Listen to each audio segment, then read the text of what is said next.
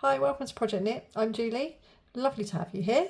Today we're going to be doing a 2-needle cast on.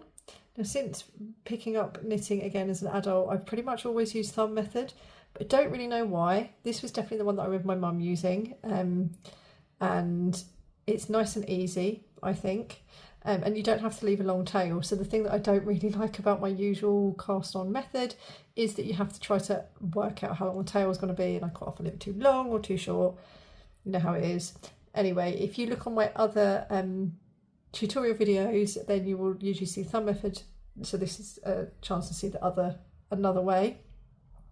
So you don't need to leave as much of a tail, but you will need to leave long enough to be able to sew that in. So do leave something there. So we're going to take the yarn, we're going to wrap it around our 2 fingers, same as anything else. This is just creating the slip stitch. So you're crossing it over like this and bringing it over to hold here. So you have the 2 lines. Take your needle, push it up under this one, turn it around and under that one, and that gives you your slip stitch. They really all seem to start that way. So now all we're going to do is really just the same as knitting almost. So we're putting the needle through this piece of yarn here, this slip stitch, so that it crosses over at the back there. And then we're taking the yarn, going to wrap it anti-clockwise around that back needle. And we're going to pull that through, so you see that coming through there. Now the difference is, instead of slipping it off, we're going to make it bigger. We're going to push this needle underneath it, tighten it up, but not too tight. You need to be able to squeeze your needles in, and then we have our second stitch.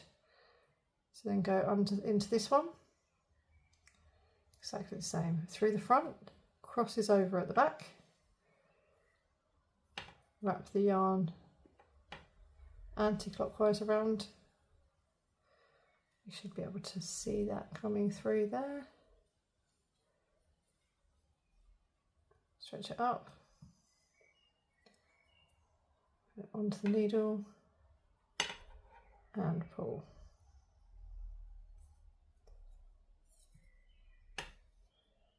Through that, wrap it around. Stretch it up, pop it on, give it a pull. So you can see these stitches forming, so they're really clear on the back, which is how it would be if you were knitting.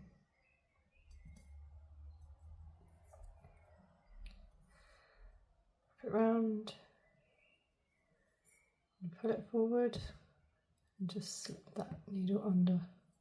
So when you knit, what happens is you normally create a bump through the knitting. And when you do a knit stitch, that bump is at the back. When you do a purl stitch, that bump is at the front. So you can see this is just exactly the same as the start of a knit stitch, or the start of garter stitch if you were working in garter stitch.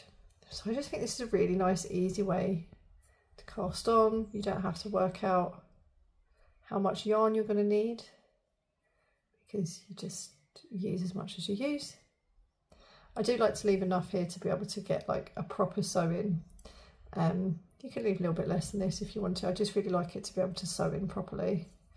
I don't like it when you've got to try and stretch that needle across to try and get it in.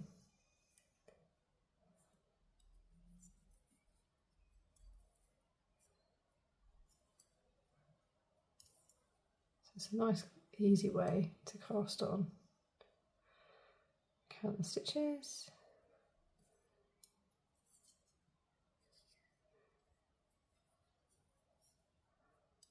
And there you have it. You cast it on, you've cast on 10 stitches there. You're ready to start your first row. It's just really neat. That's what I really like about it. I find it a bit neater. So yeah, and then you can just go ahead and once you've cast on the number of stitches you need, then you can just go ahead and start your knitting.